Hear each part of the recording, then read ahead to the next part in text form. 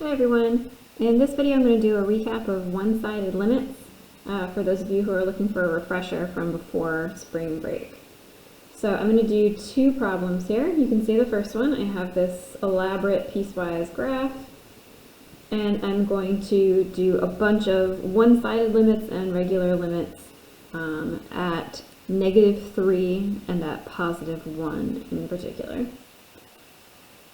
If you would like to try this and then check your answers, feel free to pause the video now. The second question I'm going to answer is a very similar question, but a different setup. So here, instead of looking at the graph, I have the equation, and I'm still going to answer one-sided limits.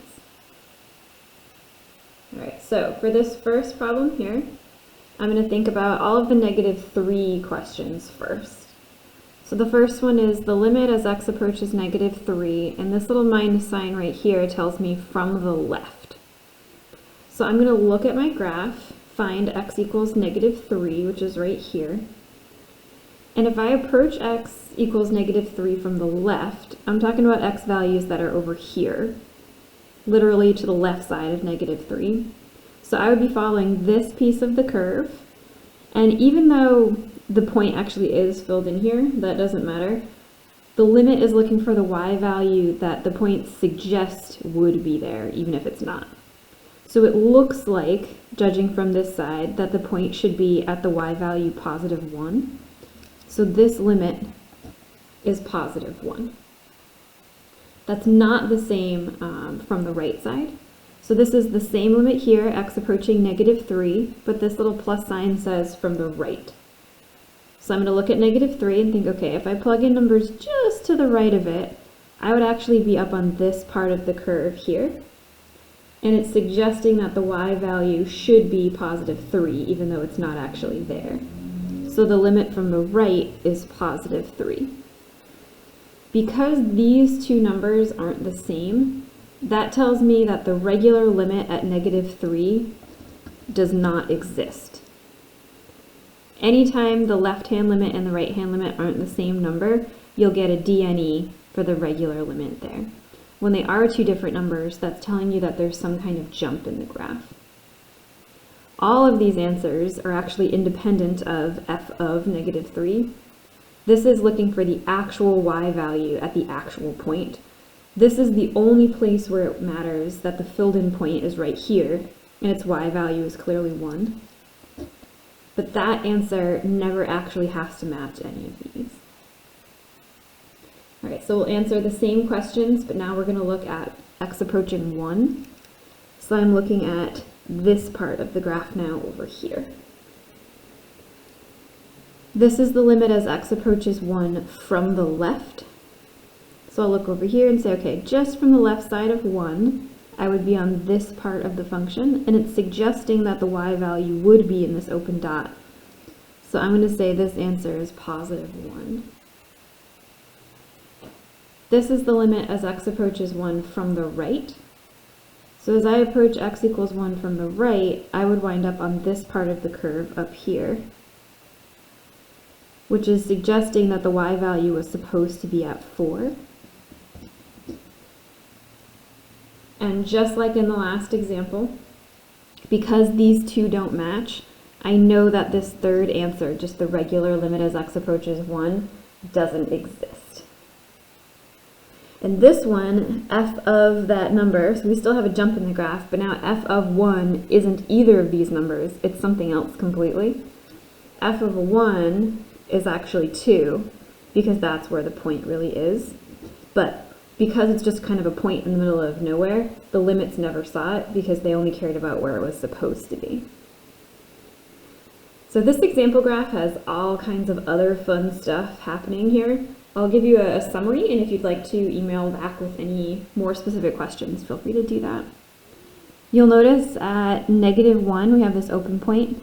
Here your left-hand limit is 1, your right-hand limit is 1, which means the limit, the normal limit, is 1, but the point doesn't actually exist, so it would be this very last y value question that's a DNE. If you look at x equals 3, you have a vertical asymptote. Your limit from the left would be -infinity. Your limit from the right would be +infinity. And because those two don't match, that means it's a true DNE, the actual limit as x approaches 3. Because either side is negative and then positive, this is a DNE. Okay, now I'll move to the second example. And I'm answering a very, very similar question here, but now I'm given the equation, the piecewise function, instead of actually looking at the graph, but we're going to generally think about it the same way. So we're looking at the limit as x approaches 2 from the left, from the right, and then the regular limit. And you can tell 2 is kind of the interesting place in this function because it's where you switch from this formula to that formula.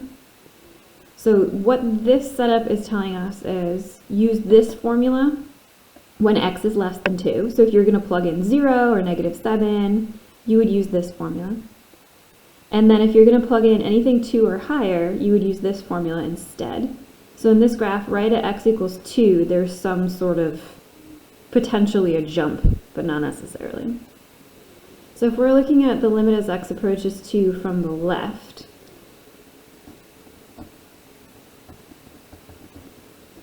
that means we're plugging in numbers that are slightly less than 2.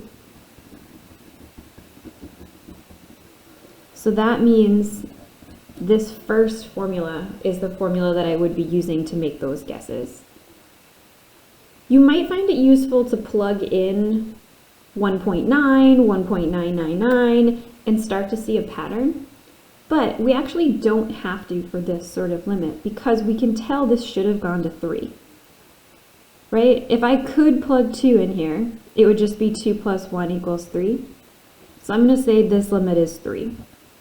As I plug in things closer and closer to 2, I'm going to get things out that are essentially what f of 2 should have been, even though it's not actually here. But I can tell it was headed to 3. The limit from the right-hand side is going to use the same logic, but now we're going to use the second formula, because from the right, we're numbers greater than 2.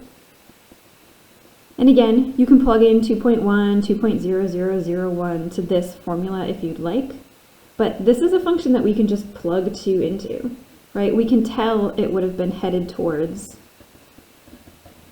the number 2. So I'm just going to plug 2 in here and say, well, looks like that would have headed to 2. Just like in the examples above, because the one-sided limits aren't the same number, that confirms to me I had a jump in the graph. So this limit does not exist.